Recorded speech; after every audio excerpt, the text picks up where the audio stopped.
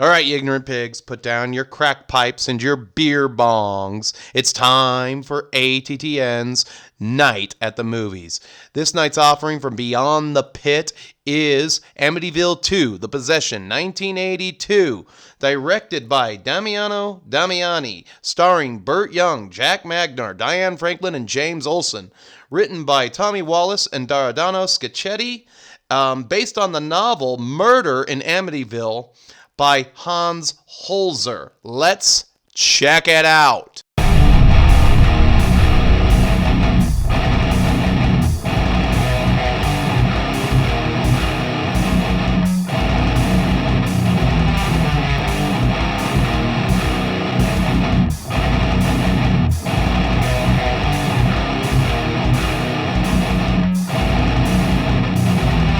So it's no secret that the first Amityville horror movie came out in 1979, and it was a huge box office smash hit. Made $86 million in theaters. And so, of course, you're going to get to a sequel. This is based on the paranormal events that would also involve Ed and Lorraine Warren with the famous house and everything.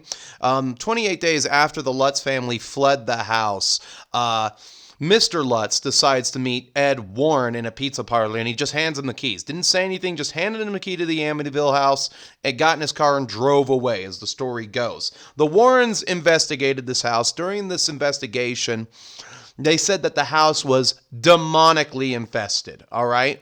Now, whether or not you believe the Warrens are credible in terms of the realm of paranormal activity and demonology and everything, that's up to you. I kind of half believe the Warrens on some of their cases. I believe the Enfield poltergeist might have been fake, but at the same time, I pull back and I'm 50-50 on the issue. I also believe the case of this house to a certain extent, but the Lutzes are on record as being raging liars. So, you take all of this with a grain of salt. I think it's fun to believe in Ed and Lorraine Warren because the Conjuring movies themselves are a good film, are good film series, and, it's like believing in Sasquatch. Oh, he's out there. Just you wait. We'll find him one day. So they take several photos during the run of this investigation, and one photo that does come up is the photo of John DeFeo and his ghost, the little boy that was killed during the events of that tragic night, and he's creeping over the banister. The house itself is inhabited today, and they've never reported any paranormal activity. Maybe one thing might have happened that one time that couldn't be explained, but other than that, it's been pretty quiet. I believe they performed a seance and an exorcism there, but don't quote me on that. So, unbeknownst to the Lutz family, 7 months prior to their actual move-in, Ronald DeFeo killed his entire family in there with a shotgun or something like that. I think he even nailed all of the windows shut so that the family couldn't escape, and he did this while they were all sleeping, which doesn't make sense because if you are using a gun indoors, that makes a very loud sound that will resonate through the house, especially if you nail the doors and windows shut. So I don't know how to take that one. They say it took place during a rainstorm. So, a little bit sus, a little bit sketch there. This movie is a spin on the events that happened to the DeFeo family. So you enter the Montelli family. Of course, you have to change the name for legal purposes. And they move into a new house, a small town, rural town in New York. It's kind of a richer area in the 70s. I guarantee this house is probably worth millions of dollars today. But the first 10 minutes, you notice something, Sonny and Patricia, the two oldest siblings, they're a little too chummy and close for siblings of the opposite sex. No nails here. Over. Isn't it great? It's all right. I love it. You're getting heavy. Hey, you used to hug me all the time. That was when you were lighter. No, that's not because now you're old and snotty. Well. And then you also notice that in the basement, it comes complete with a demon room or portal to hell. Now, in this demon room, you have creepy crawlies, flies, complete with the smell that stinks like shit, which is indicative of demons. Some say demons smell like sulfur, but that might just be from the show Supernatural. Don't quote me on that either. Now, most haunted house movies are pretty much by and large the same, but this is kind of two for the price of one. This is an exorcist movie or demonic possession movie where you get an exorcism, and it's also a haunted house movie. And in both categories, this movie is very strong. The floor creaks, the roof leaks. You have poltergeist-like activity, which means objects moving by themselves. You have sheets being draped over the crucifixes of the family home and everything, because it's important to note that the family is very Catholic. When they sit down for dinner that night, you get paranormal activity. The dad rages. You get hints that he might have a violent temper in that scene. But other than that, the ghost doesn't really come out until they go to sleep for the first night. And then you have the doorbell ditching incident, where there's a knock at the door. The dad comes out. Oh, really funny. Comes out again with a shotgun this time. Nothing. And then you get more poltergeist activity in the youngest children's bedrooms. The brushes start to move on their own, and they paint a big mess on the wall. And on that wall it says, "Dishonor thy father, pigs." And of course the dad loses his shit. Big, huge, raging temper on Burt Young. I got to give it to Burt Young. He plays the perfect abusive father. He goes into a rage, starts hitting the kids with the belt. His wife gets in the way. He starts beating her with the belt and everything, slapping her. And all of this crescendos when Sonny picks up the gun and aims it at his dad, and then things calm down. The Montellis, except for the dad, go to church. Sonny hasn't been feeling good since the moment he moved in. And basically, she asks the father, played by James Olsen, who is Father Adamsky in this movie, to come in and perform a blessing on the house.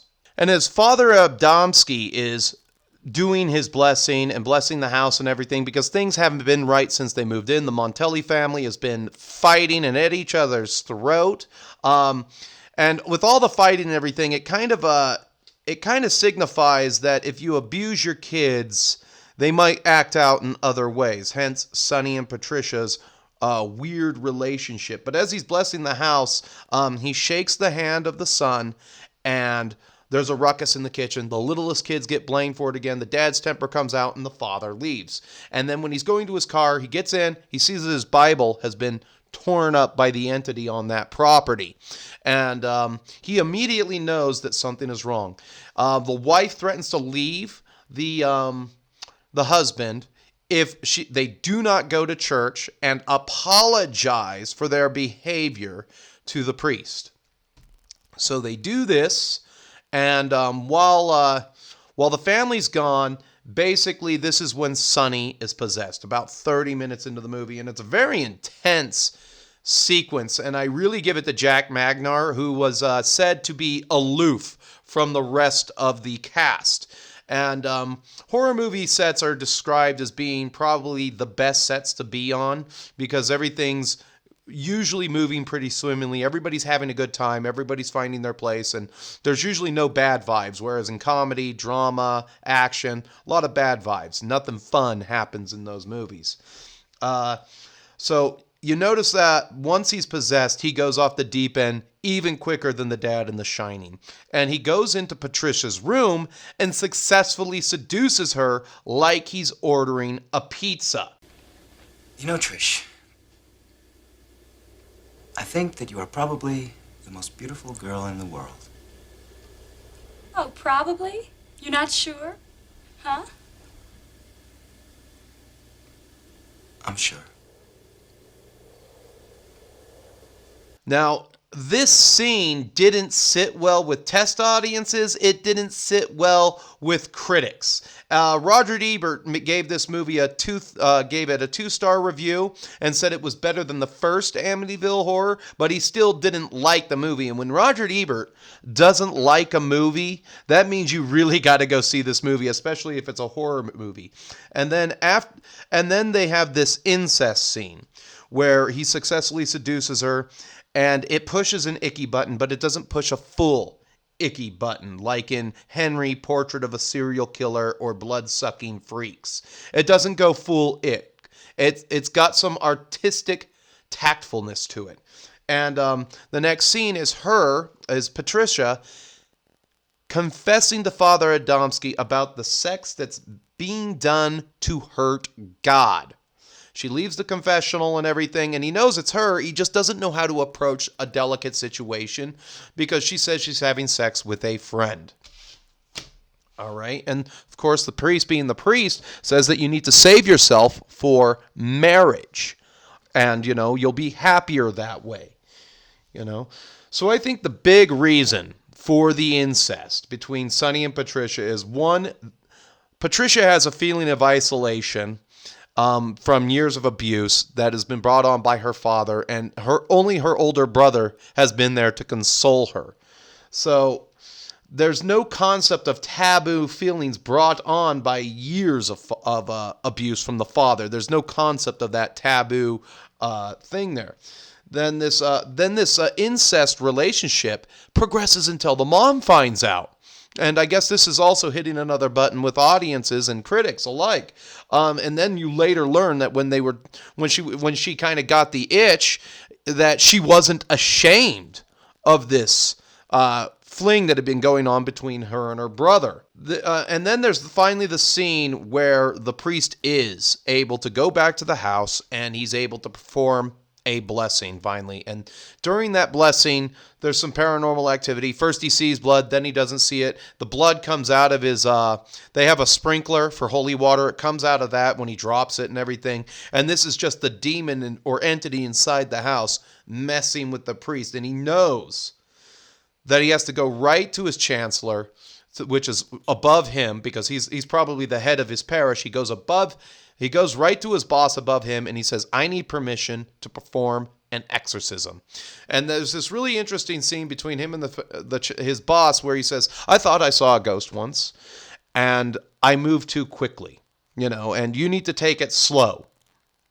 And he basically says, this family doesn't have a month. Maybe this family doesn't have 2 weeks. They're in trouble.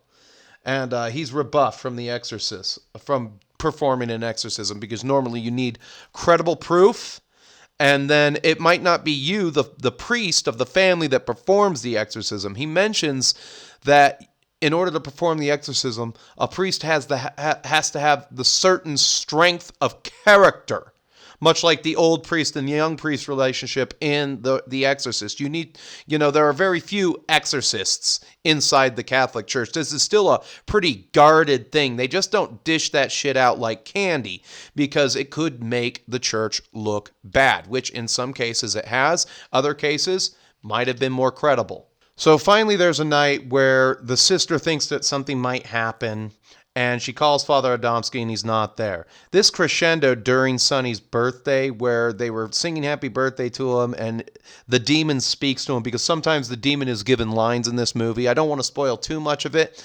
And he says, they're pathetic. Why don't you kill them? And so this happens very, very quickly. He gets the gun out of the closet in the basement and begins killing his family. And there's really no good way to describe this scene. It's probably another thing that was very hard to do and didn't sit well with audiences and critics alike, the way it was done. But the way that the voyeuristic approach to it kind of makes you privy to a murder as if you were a fly on the wall. That's the best way to describe it. The best way to describe the killing is horrific or grisly. You take your pick, either one. This is a taboo subject when a son goes crazy and kills his whole family. And so the moment it's over, the best part is Adamsky wakes up while he's on a fishing trip, gets in his car. He was taken there by another priest to go fishing and just take the weekend off, and they drive all night back to Amityville, and they're too late. All right, and as Sonny is wasting in jail, he's getting frequent visits from Adamsky, who is then able to confirm possession. He speaks to the entity, and the entity says, "You don't have authorization to perform an exorcism, and we know everything. And I'm going to stay here until I either kill this boy or come out to have some fun again." So during the run when he's in hospital and everything and he's being guarded, he's able to convince the chief of police or who's ever in charge of the cops, the detective, to basically allow him to take Sonny to church. He gets Sonny to church. Sonny is able to escape. He goes back home, and then Adamsky follows, and then you finally get to the last arc or last 15 minutes of this movie that I don't want to give too many spoilers away because a lot of people haven't seen this movie. The Exorcist arc itself. Adamsky is able to, long story short, he's able to save the soul of Sonny at the same cost as Father Karras in The Exorcist. All right, the other priest takes Sonny away. The cops come and get him, and he says, "Don't worry, Sonny, we'll make them understand," and the movie ends. And how do I describe the exorcism scene? You've got him coming in through the basement. He makes his way upstairs with nothing but the crucifix to guide him, and then he's confronted by Sonny in demonic form.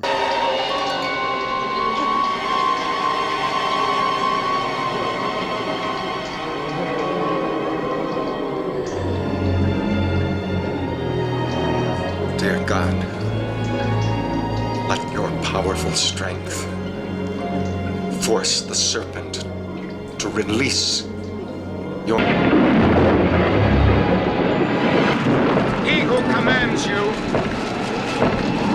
is he who ordered you to be thrown down from the highest heaven. And I just think it was really well done that the way they put everything together and they tie a bow on it, and then the movie ends. All right.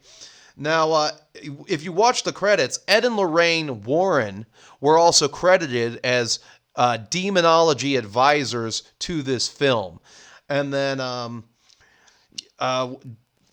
another thing about the director, Damiani, he didn't speak a word of English. He needed a translator to communicate with the cast. But this is a good case of what happens when you get an Italian director, and he gets a hold of an American property. He's given the reins of command, and he makes a completely different sequel. That really had nothing. That only had something slightly to do with the first. It's actually a prequel. It is not a sequel. And again, the best sequels don't really have anything to do with the first movie itself. So this is a setup to the first Amityville.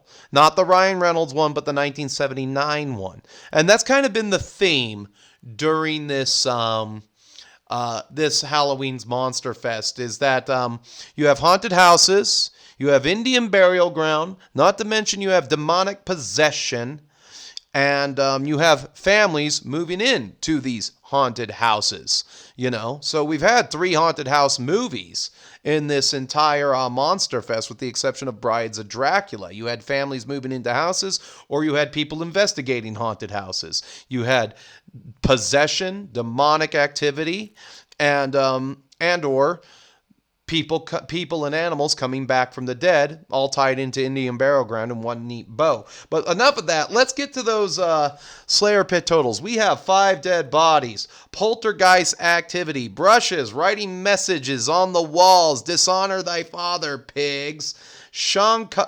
One case of slapping your wife, Sean Connery style, rifle fire, 1 house built on Indian burial ground, 1 pistol whipping, 1 jump scare, holy water to the face, crucifix foo, 1 case of incest brought on by child abuse. Hey, don't abuse your kids. Don't abuse your kids. It's no good. It could lead to things like incest between your 2 oldest siblings. So just don't abuse your kids. There you go. That's my little jingle for this hour. And then One Abusive Father, check mark. Slayer Pit Awards go to Jack Magnar, who did a couple more movies after this and then retired. You are probably the most beautiful woman in the world. James Olsen as Father Adamsky, I need permission to perform an exorcism. Damiano Damiani for Best Director, for artfully tackling the taboo subject matter of incest, child abuse, and mass family murder. Angry Tabletop Nerd gives this movie 5 skulls. Check it out on the day of Halloween or for the rest of the month of Halloween. However, this movie is widely out of print. You can watch it for free on YouTube in its entirety, and you can rent it on YouTube. This kind of falls into the same category distribution-wise as Bloody Muscle Bodybuilder in Hell. If you want to buy it, you can only find VHSs on eBay. That's been my experience. You might get lucky and find the DVD, but you have to watch the region because if you're looking for physical media on eBay, my suggestions to you, just before I end this review, is make sure it's not coming from over 1,000 miles away if you live in the States. And then if it doesn't work, do the return. Make them do the return. And because there are people out there that are burning their own DVDs and sometimes they're not working. And I don't, when I bought Stephen King's, I bought a Stephen King movie. And it didn't work. But the DVD looked legit, but there was something kind of off about the graphics on the front of the DVD. So it was a counterfeit DVD. There are physical media counterfeiters out there, which I think is totally bogus. This also hurts people who try to sell used DVDs, for physical media, because I'm a physical media nut job. And because of censorship in this day and age and everything, and the threat of censorship, and Amazon getting caught, Netflix getting caught doctoring the footage of certain films and subject matter that they didn't like, this is why you need physical media now more than ever. So this kind of crescendos Monster Fest for the year of 2024. I want to thank everybody who was watching on YouTube. Remember that if you're watching me on YouTube, you're only getting the lame tube version of this review. The good review is over there on Rumble. Link in the description below. But as far as this movie is concerned, it's a definite watch for the month of Halloween. Not to mention, it's actually worth owning in your physical library if you're a horror junkie like myself. The band Necrophagia actually talked about this on their documentary that they filmed at the House of Shock. And that's a horror-themed metal band from Wellsville, Ohio. As a matter of fact, the lead singer of that band, nice guy, passed away way too soon. And they talked about this movie specifically. Watch the Amityville 2. Don't watch the first one. Watch the second one. And that's where I'm like, okay, if some metal guys are talking about an awesome horror film, you got to go and check it out. So just remember, you're getting the lame tube version and you're getting the better version over on Rumble. So don't forget to follow me on Rumble. Link in the description below. If you want to get in touch with me, the best way to do that is Instagram DMs. If you leave a comment, I will always respond to your comments. But Instagram DMs are the best way to talk to me directly. I'm usually very punctual about getting to those. With another Monster Fest on the books, I don't know what I'm going to do for next year. We have another movie review coming up in the month of November, Moana 2. But a fan of the channel actually paid me to do that review, and you have not been forgotten. I just have to wait until the 27th of November, and it's hard to believe that October is already come and gone if we're already watching this movie. So, as you know, YouTube and Rumble have many features you can use to interact with me. Please like the video, comment, and subscribe. Don't forget to hit the share button. Even if you don't share it, hitting the share button does really good things for the algorithm. Follow me on Rumble. In case I don't see you again, keep watching horror movies, keep painting, and stay metal, my friends, and happy Halloween. I got a public service announcement. If your kids are going trick-or-treating, make sure they're traveling in a group. If they're the older kids, make sure that there's an older kid with a cell phone, or go with your kids. Don't go into any people's houses, not even to use the bathroom. Don't take anything that's open. Don't take candy apples. Make sure that when you get home that your parents inspect your candy before they eat it. There are a lot of sickos out there that might slip pills into your candy or something like that. Generally, no. But just in case, make sure your parents check it out. And then what you're going to do is hopefully have a lot of fun and a happy Halloween. More of an expert at exposing the moon. Get out of here, let's go! See if you can find the one crater.